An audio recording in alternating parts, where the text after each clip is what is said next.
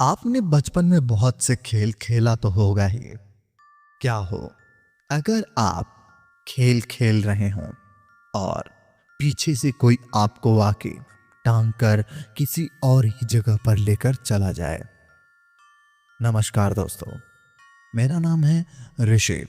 Round of horror में आप सभी का स्वागत है। आज की कहानी सुनकर आप सभी के रोंगटे खड़े हो जाएंगे।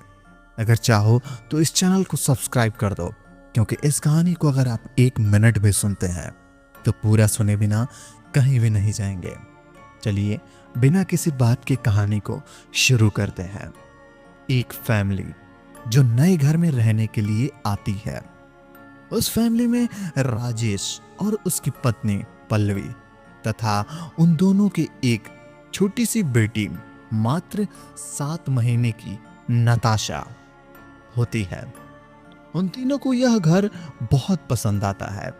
घर के बाहर एक गार्डन होता है जहां पर कुछ झूले पड़े होते हैं। उसी गार्डन में एक फव्वारा होता है। इस तरह से वो घर बहुत ही अच्छा लगता है। पल्लवी के लिए तो इससे अच्छा क्या ही होगा। मानो उसने अपनी जिंदगी की सारी खुशियां उस घर में प्राप्त कर ली हो, परंतु ये खुशियां उसके जिंदगी में ज्यादा दिन तक टिक नहीं पाई। बेटी नताशा 7 महीने की हो चुकी थी। अब वह थोड़ा थोड़ा खड़ा होने लगी थी।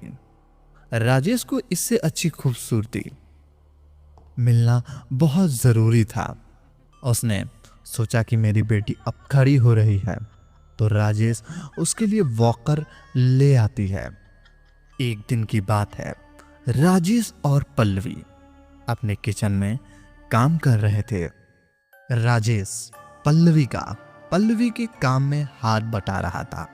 तभी उसने देखा कि नताशा वॉकर से भागती हुई राजेश के पास आ जाती है और अपनी ही आवाज में खुशी जाहिर करती है, परंतु राजेश उसको इस तरह से अंदर आते हुए देख चौंक जाता है, क्योंकि उसके कमरे के दरवाजे में बांस का 1 फुट इंच सीमेंट पड़ी हुई थी।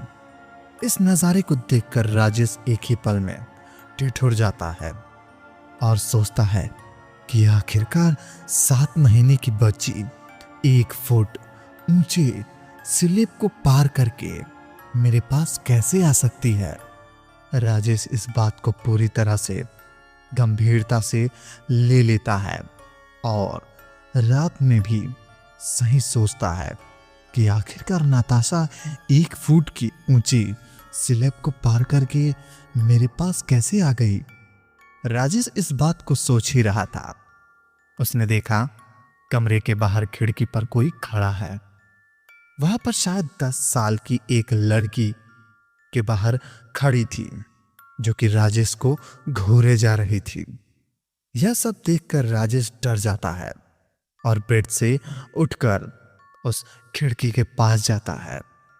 वह जैसे ही खिड़की के पास जाता है, वह देखता है कि वहां कोई भी नहीं खड़ा है। उसे लगता है कि शायद यह कोई मेरा भ्रम होगा। कुछ देर होने के बाद पल्लवी की आंखें खुल जाती है और वह देखती है कि राजेश बेड पर नहीं है।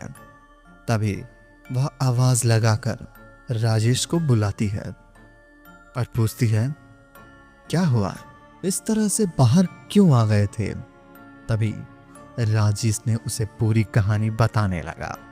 इतने में पल्लवी कहती है कि शायद यह तुम्हारा कोई भ्रम हो सकता है। वह दोनों इतना सोचकर सो जाते हैं, परंतु नताशा का इस तरह से एक ऊंची फुट स्लैब में पार करके आ जाना, यह बात राजेश को अभी भी खटक रही थी। अगली सुबह जब राजेश की आंखें खुली हैं, तब सबसे पहले वह नताशा की तरफ देखता है।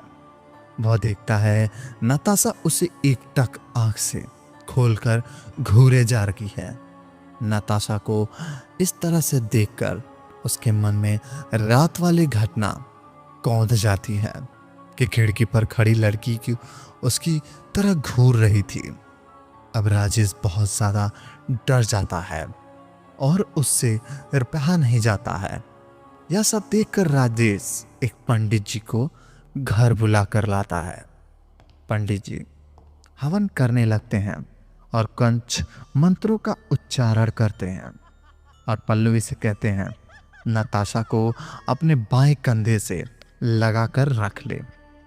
पंडित जी की इस तरह से कहने पर पल्लवी नताशा को बाएं कंधे पर लेटा लेती है, परंतु पल्लवी को ऐसा लगता है नताशा उसके दाएं कंधे पर लेटी हुई है।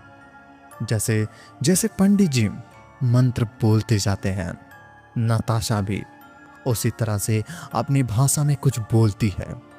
तभी पल्लवी को ऐसा लगता है कि उसके दाएं कंधे पर किसी ने पानी डाल दिया हो, परंतु ऐसा कैसे हो सकता है क्योंकि नताशा तो बाएं कंधे पर लेटी थी। यह सब कुछ इस तरह से चल रहा था। पंडित जी अपने मंत्र बोलते जाते हैं। कुछ देर बाद पंडित जी की पूजा समाप्त होती है और हमसे कहते हैं कि अब घबराने की कोई बात नहीं है, मामला सब कुछ ठीक हो चुका है। अब पल्लवी और राजेश निश्चिंत होकर उस घर में रहते हैं। उन्हें अब किसी का आत्मा होने का आभास नहीं होता है। इस तरह से रहते हुए लगभग 1 महीना हो जाता है और 1 महीने तक वह कोई घटना नहीं होती है। जब यह नाराज पल्लवी को और राजेश देखते हैं तो वह दोनों बहुत ज्यादा चौंक जाते हैं। परंतु एक रात दोनों अपने बेड पर सो रहे थे, तभी उसकी नजर अपनी बेटी नताशा पर जाती है। यह देखने की नताशा बिना वॉक करके चलती हुई बाहर गार्डन में जा रही है। यह नजारा देखकर वे दोनों बहुत चक रह जाते हैं और आपस में सोचते हैं नताशा बिना वॉक करके चल ही नहीं सकती है, तो फिर यह अचानक कैसे चलने लगी। वे दोनों भी उसके पीछे पीछे चल देते हैं। नताशा चलते हुए अपने झूलों के पास पहुंच जाती है जो गार्डन में लगे हुए थे। नताशा धीरे धीरे झूले के पास जाती है।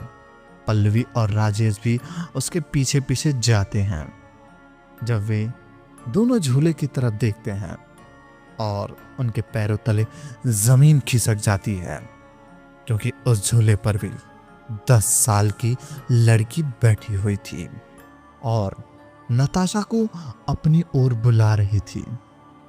यह वही लड़की होती है 1 महीने पहले राजेश ने अपने खिड़की के पास खड़े हुए देखा था। राजेश और पल्लवी जैसे ही उस लड़की के पास पहुंचते हैं तो वह लड़की वहां से गायब हो जाती है। लड़की के जाते ही नताशा जमीन पर गिर जाती है और बहुत तेज रोने लगती है। झूले पर बैठी हुई लड़की राजेश और पल्लवी को अपनी ओर आता हुआ देख वहां से गायब हो जाती है। इसी बीच नताशा जमीन पर गिर जाती है और तेजी से रोने लग जाती है। उसको इस तरह से रोता हुआ देख दोनों बहुत ज्यादा घबरा जाते हैं। पल्लवी नताशा को अपनी गोदी में उठाकर जल्दी से कमरे की तरफ भागती है। पीछे पीछे राजेश भी आता है, परंतु वह झूले पर बार बार देखता जाता है, लेकिन वहां कोई उसे दिखाई नहीं देती है। वे दोनों बहुत ज्यादा घबरा रहे हैं। पल्लवी कहती है कि पंडित जी तो कह रहे थे कि अब हमारे ऊपर किसी भी साए का खतरा नहीं है, तो फिर यह दोबारा कहां से आ गई। राजेश भी इसी सोच में बैठा हुआ था कि आखिरकार वह लड़की कौन है जो नताशा के पीछे पड़ी हुई है। खैर अगली सुबह दोनों लोग उठ जाते हैं और पीछे से बातों को बुलाने की कोशिश करते हैं तथा अपने काम पर ध्यान देने लग जाते हैं। राजेश बाथरूम में नहाने चला जाता है। पल्लवी नताशा के साथ काम कर रही होती है कि तभी अचानक पल्लवी के जोर से चिल्लाने की आवाज आती है, बचाओ। जब पल्लवी चिल्लाने की आवाज राजेश को सुनाई देती है तो वह जल्दी से भागता हुआ पल्लवी के पास आता है और देखता है कि पल्लवी घबराई हुई सी जमीन पर पड़ी हुई है और नताशा का नाम ले रही है। राजेश नताशा को जैसे ही देखता है वह दंग रह जाता है, क्योंकि नताशा ने बड़े बच्चे की तरह अपने दोनों होठ पर लिपस्टिक और माथे पर बिंदी लगा रखी है और वह अपनी आवाज में बोल रही है। तभी राजेश सोचता है, आखिर 7 महीने की बच्ची इस तरह से श्रृंगार कैसे कर सकती है। 7 महीने की बच्ची को तो कुछ समझ नहीं होती है, लेकिन उसने तो अपने दोनों होठ पर लिपस्टिक ऐसे लगा रखी है जैसे मानो किसी बड़े बच्चे ने अपने होठों पर लिपस्टिक लगाई हो और माथे पर बिंदी भी लगा ली थी। किसी तरह से पल्लवी अपने आप को संभाल पाती है और नताशा को अपनी गोद में उठा लेती है। तभी उसके होठों पर लिपस्टिक और बिंदी को छुटा देती है। आखिरकार राजेश और पल्लवी यह समझ नहीं पाते हैं कि इस घर में ऐसा क्या है और हमारे साथ ऐसा क्यों हो रहा है। राजेश दोबारा से उस पंडित जी को बुला के लाता है। पंडित जी ने जैसे ही घर की दहलीज पर कदम रखते हैं उन्हें तुरंत आभास हो जाता है कि वह आत्मा अभी भी इस घर में अपना डेरा डाले हुए है।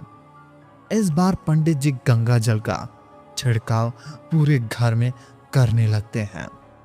पंडित जी उस आत्मा से पूछते हैं, तू कौन है और इन दोनों का क्यों परेशान कर रही है। तभी उस लड़की की आत्मा बेटी नताशा के अंदर प्रवेश कर जाती है और एक भयानक आवाज के साथ पंडित से कहती है, अरे ओ पंडित, यदि तुझे जानना है कि मैं इन दोनों को क्यों परेशान कर रही हूं तो तू इस राजेश से पूछ, उसने 25 साल पहले मेरे साथ क्या किया था। राजेश को सब बात मालूम है। तभी राजेश ने नताशा को घूरते हुए देखती है और भयानक आवाज में उससे कहती है, राजेश बता, 25 साल पहले तेरे घर में पिंकी नाम की एक लड़की थी और उसके साथ तूने क्या किया था। राजेश उसकी आवाज को सुनकर थर थर कांपने लगता है और उसे आज से 25 साल पहले की सारी घटनाएं याद आने लगती है। तभी पल्लवी राजेश से पूछती है कि यह पिंकी कौन है और तुमने उसके साथ क्या किया था। तब राजेश पल्लवी से कहता है कि पिंकी मेरी छोटी बहन थी और इसे मेरी माँ सबसे ज्यादा प्यार करती थी, दुलार करती थी। 25 साल पहले 10 साल की थी, यह बहुत शरारती हुआ करती थी। राजेश इतना ही कह पाया था कि तभी अचानक से उसकी माँ वहां आ जाती है और नताशा को पिंकी की आत्मा को देखकर यह बहुत घबरा जाती है। नताशा बहुत ज्यादा रोती जा रही थी और पिंकी की आवाज में कुछ कह रही थी। राजेश की माँ तुरंत यह सब देखकर राजेश से कहती है कि बेटा, अपनी बहन से माफी मांग, जो काम तूने किया था उसके लिए अपनी बेटी से माफी मांग ले, जिससे पिंकी की आत्मा शांत हो जाए। पल्लवी को कुछ समझ नहीं आता है। पल्लवी फिर राजेश से माँ से पूछती है कि आखिर किस बात की माफी राजेश मांगने को मुझे बताए। तब राजेश की माँ पल्लवी को बताती है कि जब पिंकी 10 साल की थी तब यह बहुत शरारती थी और मेरी ड्रेसिंग टेबल पर प्लास्टिक पाउडर, क्रीम और बिंदी निकालकर अपने चेहरे पर लगा लेती थी। यह प्लास्टिक एकदम बड़े लोगों की तरह लगती थी, जैसे मानो उसके होठों पर किसी बड़े व्यक्ति ने प्लास्टिक लगाया हो। अपने माथे पर बिंदी लगाकर और क्रीम पाउडर करती थी और अपने भाई राजेश के साथ खेला करती थी।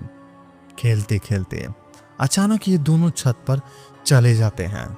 पिंकी राजेश के साथ पीछे पीछे छत पर चली जाती है। तभी अचानक से पिंकी के पैर फिसल जाता है और वह रेलिंग से सीधे नीचे गिर जाती है और गिरते ही पिंकी की मौत हो जाती है।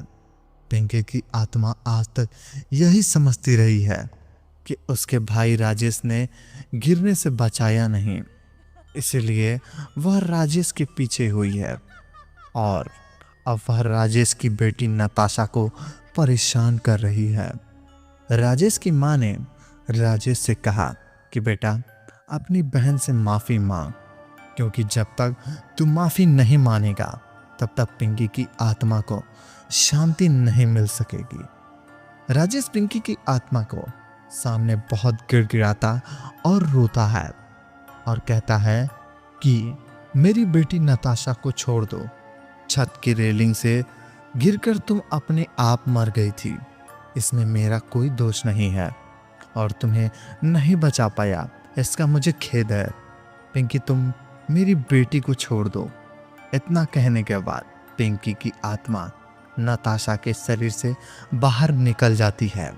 अब नताशा के साथ राजेश और पल्लवी खुशी खुशी उस घर में रहते हैं। क्या अगर आपके साथ कभी ऐसा हुआ तो आप क्या करेंगे? कमेंट करके बताइए। और ऐसी ही डरावनी कहानी सुनने के लिए मेरे वीडियो को लाइक और चैनल को सब्सक्राइब कर लीजिए, ताकि हमारी आने वाली कहानियाँ सबसे पहले आप तक पहुँचे। धन्यवाद।